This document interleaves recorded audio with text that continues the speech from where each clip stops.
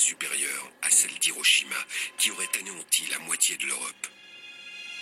Un secret que les soviétiques comme les occidentaux ont gardé pendant 20 ans. La plupart de ces images sont inédites. Elles ont été réalisées par des journalistes qui sont eux aussi tombés au front de la contamination nucléaire. Elles racontent l'histoire de cette guerre cachée, mais aussi celle du gigantesque mensonge dont les conséquences continuent 20 ans plus tard d'alourdir le bilan de la catastrophe. 20 ans après, voici l'histoire de la bataille de Tchernobyl.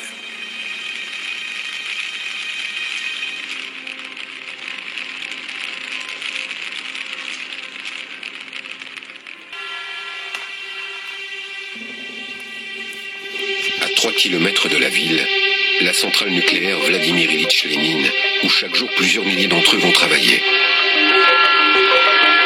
Ce soir-là, les employés du bloc numéro 4 ont reçu l'ordre de tester un système d'auto-alimentation du réacteur pour permettre des économies d'énergie. À 1h23, les systèmes de sécurité sont désactivés et l'expérience commence.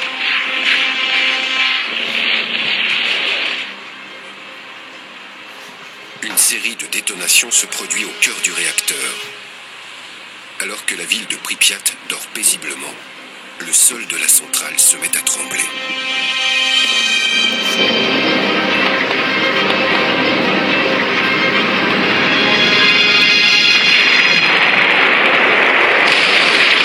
Les 1200 tonnes du couvercle du réacteur sont soudain projetées dans les airs.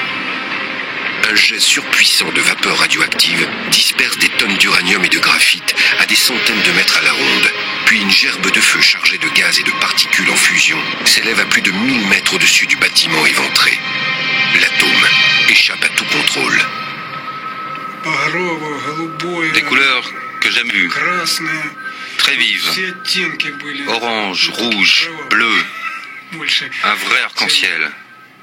C'était beau. Le plus grave accident nucléaire de l'histoire vient de se produire. La nuit, tôt le matin. On m'appelle vers 5 heures. On me dit qu'un accident s'est produit. Est en train de descendre vers le sud. Alors, comment peut-on prévoir son déplacement? Les explications de Brigitte Simonetta. Il faut bien faire la différence entre le possible et le réel. D'abord, les certitudes. Lors de l'accident, un anticyclone se trouvait sur l'Union soviétique. Autour des hautes pressions, on sait que les vents s'enroulent dans le sens des aiguilles d'une montre. Les particules radioactives sont alors dans un premier temps remontées sur la Pologne, puis elles ont continué leur chemin et atteint en 48 heures les pays scandinaves. Depuis lundi, la situation n'a pas changé. Ces particules sont donc de plus en plus nombreuses à atterrir sur la Suède. Maintenant, les prévisions. Une dépression a pris place sur la Sardaigne. Là, les vents tournent dans le sens inverse des aiguilles d'une montre. Si l'émission radioactive persistait, tout laisse à penser que cette poussière, aspirée depuis l'Ukraine, serait renvoyée vers l'Italie, la Yougoslavie et l'Autriche.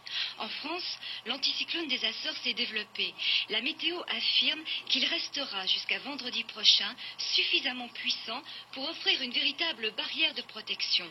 Il bloque en effet toutes les perturbations venant de l'Est. Mais attention, ces prévisions sont établies pour 3 jours. Reste à savoir combien de temps il faudra encore pour éteindre l'incendie.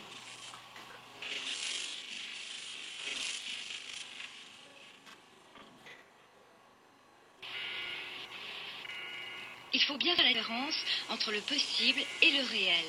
D'abord, les certitudes. Lors de l'accident, un anticyclone se trouvait sur l'Union soviétique. Autour des hautes pressions, on sait que les vents s'enroulent dans le sens des aiguilles d'une montre. Les particules radioactives sont alors dans un premier temps remontées sur la Pologne.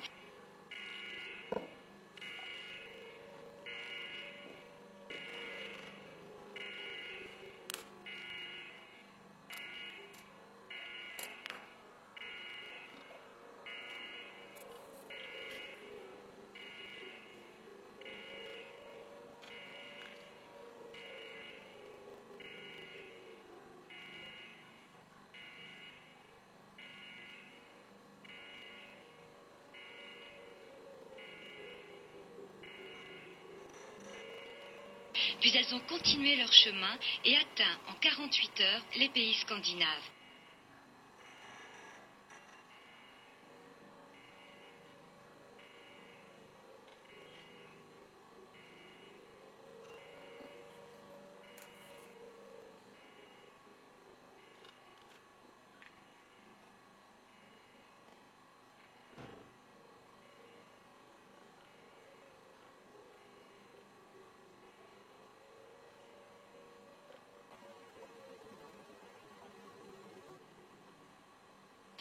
Depuis lundi, la situation n'a pas changé. Ces particules sont donc de plus en plus nombreuses à atterrir sur la Suède.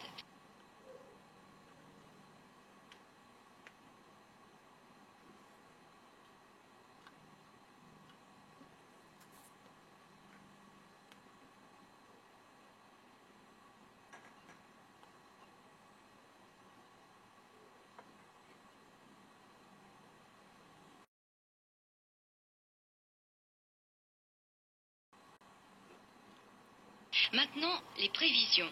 Une dépression a pris place sur la Sardaigne. Là, les vents tournent dans le sens inverse des aiguilles d'une montre. Si l'émission radioactive persistait, tout laisse à penser que cette poussière, aspirée depuis l'Ukraine, serait renvoyée vers l'Italie, la Yougoslavie et l'Autriche.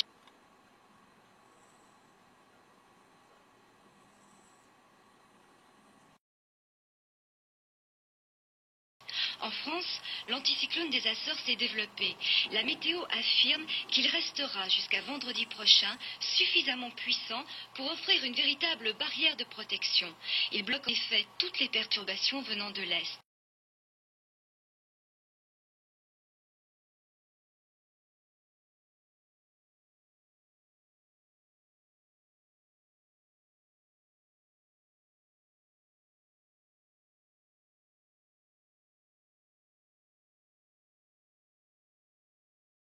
La météo affirme qu'il restera jusqu'à vendredi prochain suffisamment puissant pour offrir une véritable barrière de protection.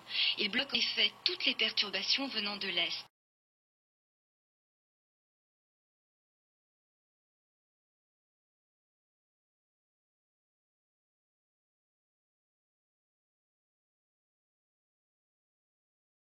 La météo affirme qu'il restera jusqu'à vendredi prochain suffisamment puissant pour offrir une véritable barrière de protection. Il bloque en effet toutes les perturbations venant de l'Est.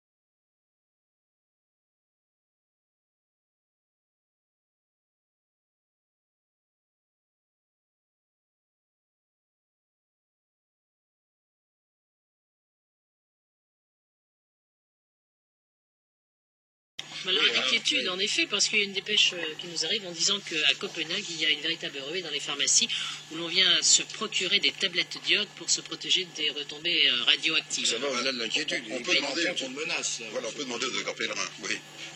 Oui, alors je viens d'apprendre ce que vous nous dites sur le comportement des Scandinaves. J'ai eu ce matin des informations directement des services scandinaves avec lesquels nous travaillons dans le cadre du centre international que je dirige.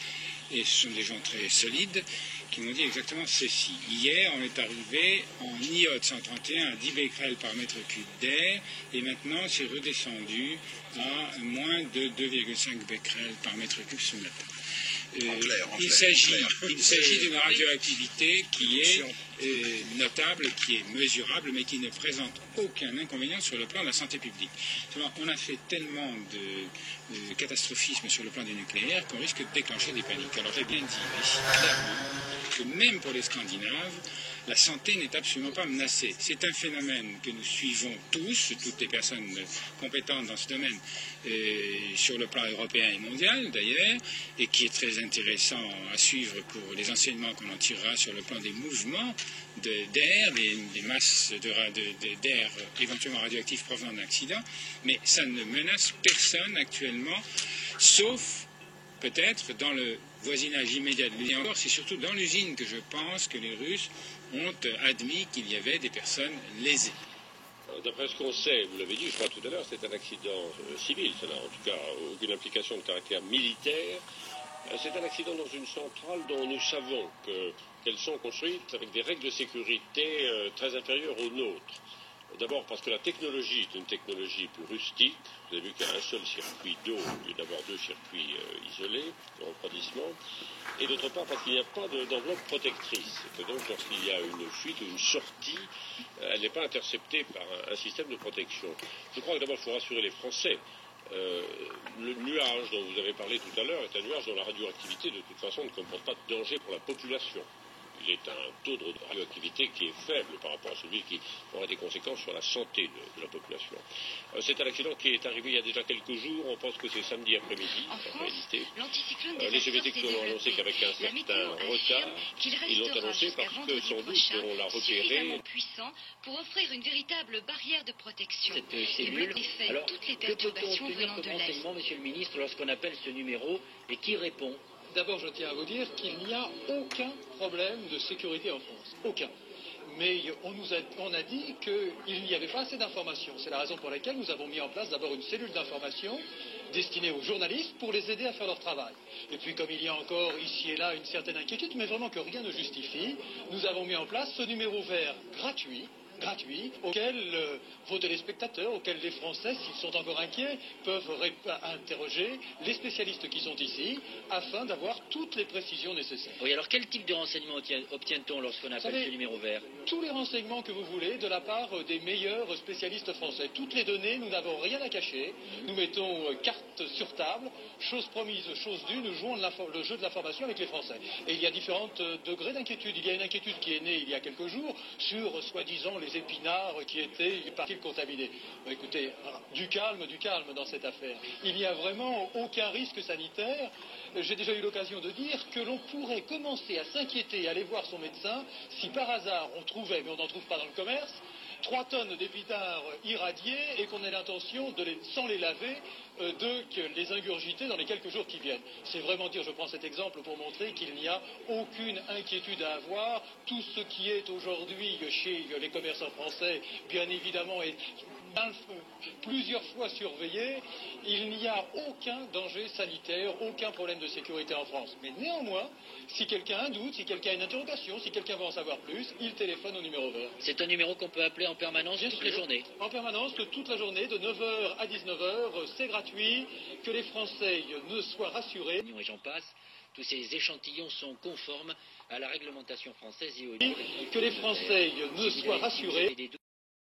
Que les Français ne soient rassurés. Que les Français ne soient rassurés. Que les Français ne soient rassurés. Ils ont un doute, qu'ils nous téléphonent. Merci, Monsieur le Ministre, de cette intervention à propos du numéro vert spécial Tchernobyl.